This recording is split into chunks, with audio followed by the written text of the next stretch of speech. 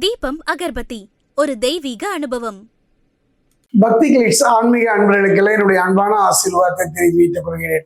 பக்தி கிளிட்ஸை பொறுத்த வரைக்கும் சூரிய பிரசனத்தின் மூலமாக குரு பயிற்சி, சனி பயிற்சி, இந்த வருடத்தில் இறுதியில் வரக்கூடிய ராகுகேது பயிற்சி ஒரு நலன் பொருட்டு சொல்லி வருகிறேன். அந்த வகையில் பார்க்கும் பொழுது மற்ற கிரகங்கள் பயிற்சியானாலும் வாழ்விட எந்தவித முன்னேற்றமோ தாக்கமோ இல்லையே என்ற ஒரு விரக்தி நிலையில் இருப்பவர்களுக்கு ஒரு அற்புதமான ஒரு பயிற்சி, தன்னம்பிக்கை தரக்கூடிய ஒரு பயிற்சி தான் சுக்கிரன் பயிற்சி. களத்திரகாரகன் என்று சொல்லக்கூடிய சுக்கிரன் நகர்கின்ற இந்த பயிற்சி கும்பத்திற்கு மிகப்பெரிய ஒரு மாற்றத்தை தருமா என்பதை பார்க்க போகின்றோம். அதே நேரத்தில் பார்த்தீங்கன்னா ஆகஸ்ட் 1 செப்டம்பர் 2 வரை சிம்மத்திலிருந்து கன்னிக்கு பயிற்சி ஆகின்ற சுக்கிரன், இந்த சிம்மத்திலிருந்து கன்னிக்கு பயிற்சி ஆகின்ற சுக்கிரன் கும்பத்துக்கு எந்த விதமான ஒரு மாற்றத்தை தருவார் என்பதை நம்ம சோழி பிரசனத்துல பார்க்க போறோம். அதே நேரம் சுக்கிரனை பொறுத்த வரைக்கும் பலமிழந்து வருகின்ற ஒரு காரணமும் கூட.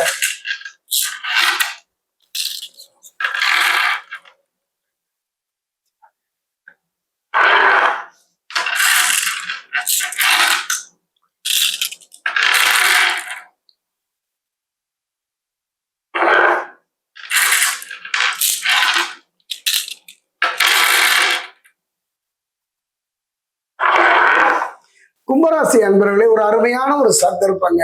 சனி பகவானுடைய பாதிப்புகள் தொடர்ந்து நம்முடைய முன்னேற்றத்திற்கு ஏதோ ஒரு விதத்துல பிரச்சனையோ தடைகளோ தந்தாலும் கூட கர்மாவுக்கு ஏற்ற முறையில ஒரு நல்ல மாற்றங்களை தர போயிடும். ஒரு கிரகம் கெடுபலனை தந்தாலும் கூட மற்ற கிரகங்கள் அந்த கெடுபலனை ஈடு செய்கின்ற அளவுக்கு நற்பலனை தரும். அந்த வகையில் பார்க்கும்போது வாக்குறுதிகள் கொடுப்பதில் மட்டும் கொஞ்சம் கவனமாக இருப்பது, பேச்சிலும் நிதானத்தை கடைபிடித்தீர்களால் நன்மையை பெறுவதற்கான நல்ல சந்தர்ப்பம். சில தேவையில்லாத பிரச்சனைகள் நம்மை நெருங்காமல் பார்த்து கொள்ளலாம். அதே நேரம் பார்த்தீங்கன்னா இந்த மாதத்தினுடைய மத்தியில பார்த்தீங்கன்னா மனதில் உற்சாகம் உண்டாகிற சூழ்நிலையை சுக்கிரன் அமைத்து தருவார். தன்னம்பிக்கை அதிகரிக்கும். புதிய தொழில், வியாபாரம் ஆகியவை தொடர்பான தடைகள், பிரச்சனைகள் படிப்படியாக குறைவதை நீங்கள் பார்க்கலாம். நல்ல பலனை எதிர்பார்க்கலாம். குறிப்பா பாத்தீங்கன்னா இந்த கணவன் மனைவிக்கிடையே இந்த கருத்து வேற்றுமை நீங்கி இருவரும் ஒருவர் புரிந்து கொள்ளக்கூடிய அந்த அந்யோன்யம் பலப்படும். குடும்ப வருமானம் அதிகின்ற சூழ்நிலையை சுக்கிரன் செய்வார். 6ஆம் இடத்துல புதன் எடுத்த காரியத்துல வெற்றி தருவார். கடத்தக்காரன் என்று சொல்லக்கூடிய சுக்கிரன் 8ஆம் இடத்தில் நன்மைகளை தருகின்ற அற்புதமான ஒரு யோக பலன்தான் கும்பராசிக்கு. சனி பகவானுடைய நிலையை கண்டெல்லாம் நீங்கள் பயப்பட வேண்டாம். 6ஆம் இடத்தில் பலம் பெற்று வருவதனால சூரியன் அற்புதமான யோகம் அடைத்திருவார். சூரியன் ஆத்மகாரகன், பிதுர்காரகன் என்று சொல்லக்கூடிய சூரியனை பொறுத்த வரைக்கும் சனி பகவானுடைய பாதிப்புடன் உங்களை காக்கின்ற ஒரு கவசமாக இருப்பார். அதைத்தான் சொல்கின்றேன். சூரியன் ராசிக்குள் ராகுவும் 7ஆம் இடத்தில் கேதுவும் வருவதனால அற்புதமான ஒரு மனரீதியான ஒரு தன்னம்பிக்கை தருகின்ற ஒரு செயலாக அமைந்துவிடும். அதே நேரம் 6ஆம் இடத்தில் குரு ஆடம்பர செலவுகளை குறைக்கின்ற ஒரு சூழ்நிலை தருவார். அதாவது தேவையில்லாத செலவு எதுக்குங்க இப்படிப்பட்ட ஒரு காலகட்டத்துல? அப்படிப்பட்ட ஒரு சூழ்நிலையில 7.5 சனியில 2ஆம் இடத்தில் சனி பகவான் சஞ்சாரம் செய்கின்ற ஒரு காலமாக இருப்பதனால் கவனமாக இருந்து விடுங்கள், நிதானமாக இருந்து விடுங்கள். அந்தரங்க விஷயங்களை யாரிடமும் பகிர்ந்து கொள்ள வேண்டாம். சில பெண்களால சில மறைமுக பிரச்சனைகள் வரக்கூடிய சூழ்நிலை இருப்பதனால பழகும் போது யோசித்து நிதானமாக பழகுங்கள், நிதானமாக பேசுங்கள். எதையுமே ஒரு ஆறுதல் தருவதாக கூறி நீங்கள் ஆபத்துல மாட்டிக்காதீங்க. அதே தனவரையும் கடன் வாங்கும் சூழ்நிலையும் உருவாக்கிவிடும். குறிப்பா பாத்தீங்கன்னா 4 மற்றும் 5ஆம் இடங்கள்ல செவ்வாய், இந்த செவ்வாய் 4, 5ஆம் இடத்துக்கு வரும்போது கும்பராசி இருக்கின்ற ஆணோ பெண்ணோ முன்கோபம் ஏற்படக்கூடிய சூழ்நிலை இருப்பதனால சில பெரிய மனிதர்களையும் சில நல்ல மனிதர்களையும் பகைத்துக் கொள்ளக்கூடிய சூழ்நிலை ஏற்படும். அந்த பகை நிரந்தரமாக ஆகாமல் பார்த்து கொள்ளுங்கள். குறிப்பா பாத்தீங்கன்னா இந்த காலகட்டத்துல கோபம் ஒன்றே உங்களுக்கு தடையாக அமையும். அது மட்டுமல்ல, குறிப்பா பாத்தீங்கன்னா 4 செவ்வாயும் 4 சுக்கிரன் உச்சம் பெற்ற குருவுடன் இருப்பதனால நல்ல மாற்றத்தை சந்திக்கலாம் தொழில, வாழ்க்கையில.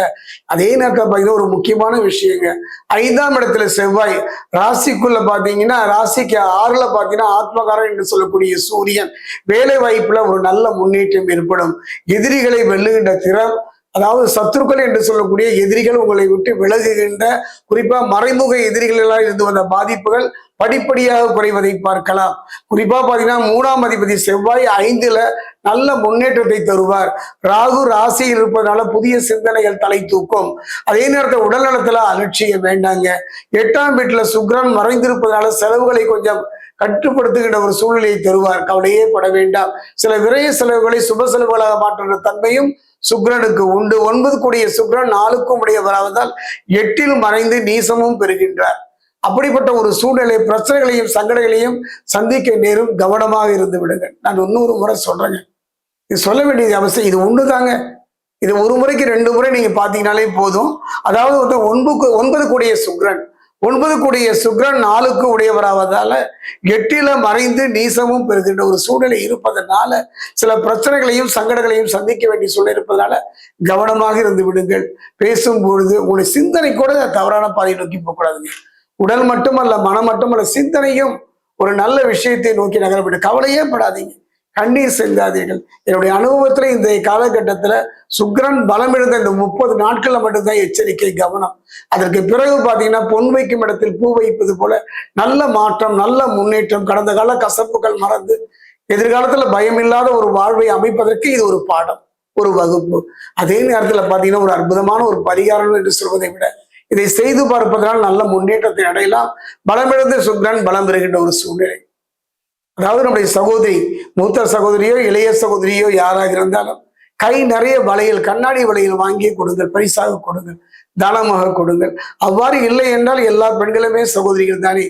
அறிவும் இல்லாவிட்டாலும் கூட அவர்களை சகோதரிகளாக பாவித்து அவருக்கு நிறைய வளையல்களை இந்த ஆடி மாதம் வாங்கி கொடுப்பது அற்புதமான யோக பலனை தடுக்கும். தேவையில்லாத பிரச்சனைகள், தேவையில்லாத அவமானங்கள் இதிலிருந்து விடுபடுவதற்கான ஒரு அற்புதமான ஒரு பாதுகாப்பு கவசம் என்றே கூறுவேன். என்று பாருங்கள். என்னுடைய அனுபவத்துல பொன் வைக்கும் இடத்தில் பூ வைப்பது போல அருமையான ஒரு நல்ல சந்தர்ப்பத்தை அமைத்து தருகின்ற ஒரு காலமாக இருப்பதனால கவனமாக இருந்தாலே போதும்.